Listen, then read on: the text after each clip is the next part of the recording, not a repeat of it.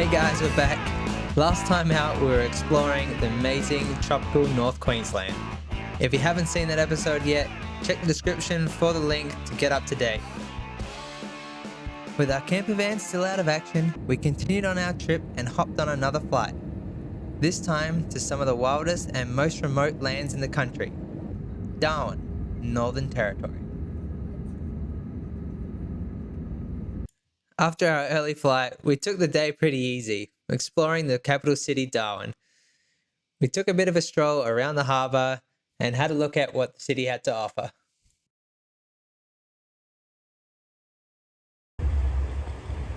Darwin is pretty chill. They have a public outdoor swimming pool which doubles as a movie theatre.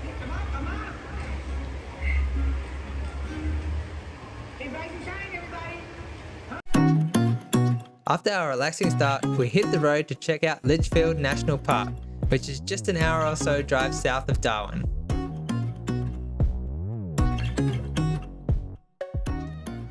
Our first stop was the super impressive magnetic termite mounds. There were hundreds of them across the landscape, and as their name suggests, they point in a north-south direction, with the flat sides facing east and west. This helps them regulate the temperature, and I can tell you definitely need them out here. It was even hot in the shade this morning. Most of the termite mounds are around 2 meters tall, with some of them even reaching heights of 4 meters. Enough of that heat, we needed to cool off. Litchfield has plenty of stunning waterfalls that you can take a dip in. Now, being the NT, there could be crocodiles in this area. The Park Service regularly check them for crocodiles, and even though they are freshwater, sometimes the big salties can find their way in. We didn't see any crocs, but the views of the waterfalls were pretty stunning.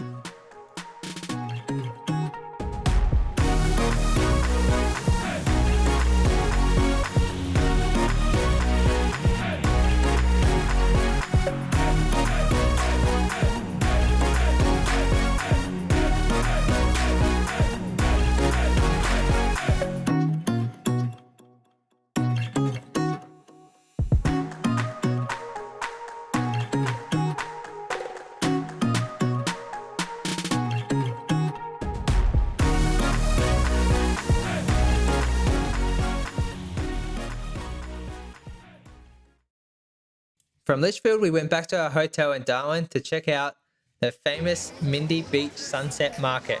Definitely not one to miss, guys. Tons of food stalls to try. Our pick of the evening was a Sri Lankan curry. Whew. Wish I was eating that right now.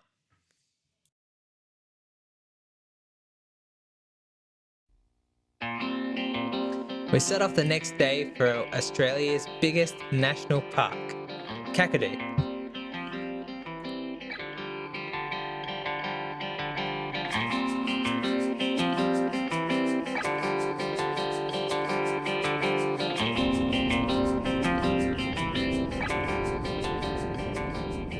Setting off early for Kakadu, we sighted our first big animal of the trip, a dingo.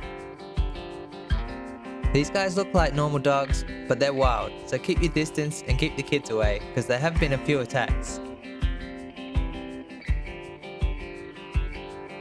I think this guy was looking for a lift, but it seems like his mate never turned up.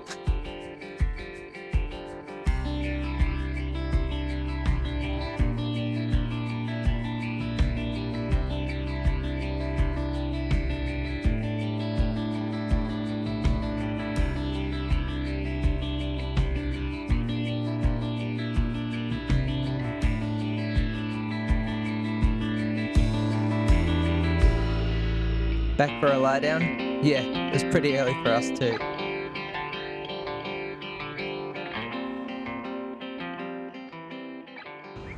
From there we stopped by Cahills Crossing, which is a causeway across the East Alligator River.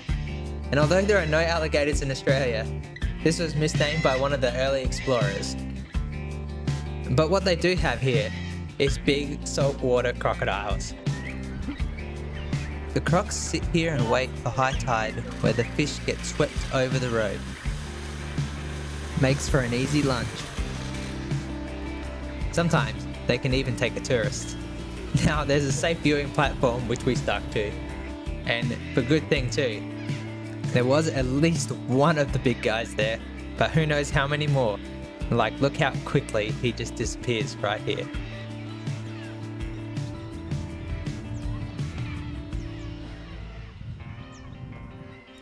Pretty scary, huh?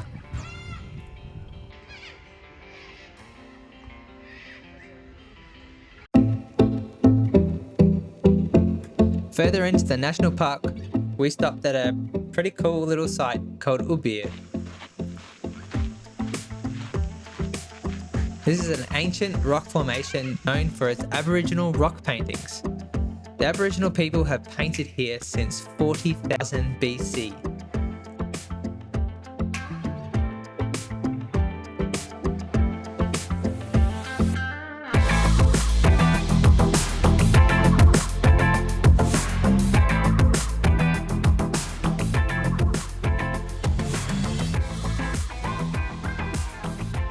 The stories of many different generations.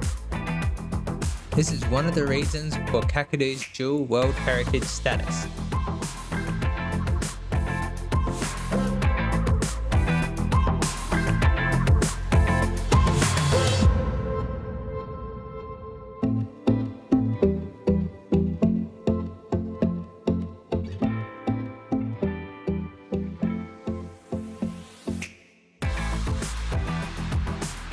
The Nadab lookout was a short, steep climb up the rocks. Up and up and up and up.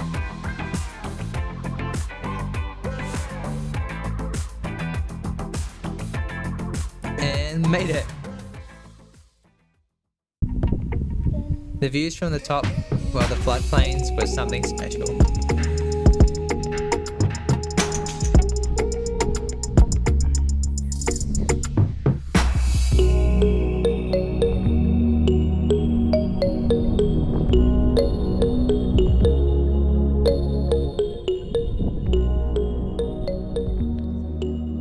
And with all viewpoints, it means a good chance to take in a few photos.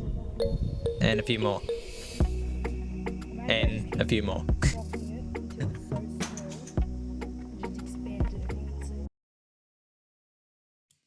That evening we booked ourselves in for a Yellow River Billabong cruise. This is touted as Australia's best wildlife cruise, so we had pretty high hopes going into it. There you go. There you got There we go. The two of you? Yep. Yeah. All right, go on. Hello.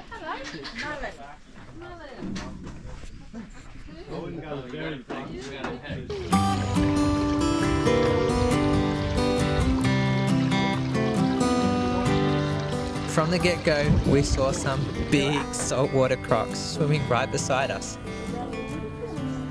This guy was king of his section of the river.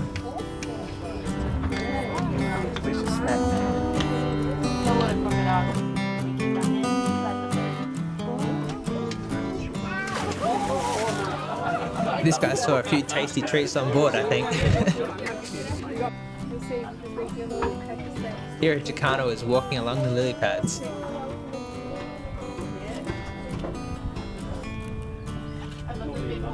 Oh, watch out, another one. Even in this small area, you can see crocodiles, birds, even wallabies nearby.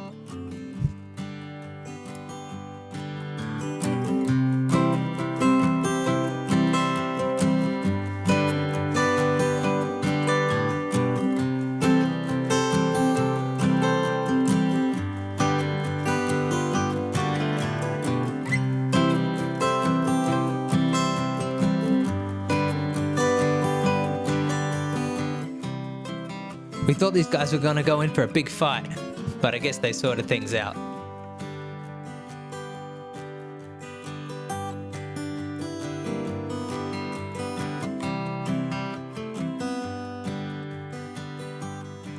We also caught sight of one of the most famous residents of the park, the jabiru, or black-necked stork. Their neck is a beautiful purple-green colour, and they have pretty strong beaks which they use to hunt snakes, frogs, even turtles. He didn't seem too bothered by the big croc taking some sun just behind him. As the sun set, the water buffalo came out to feed and left us with the most stunning sunset yet. It was an amazing way to end our top end trip.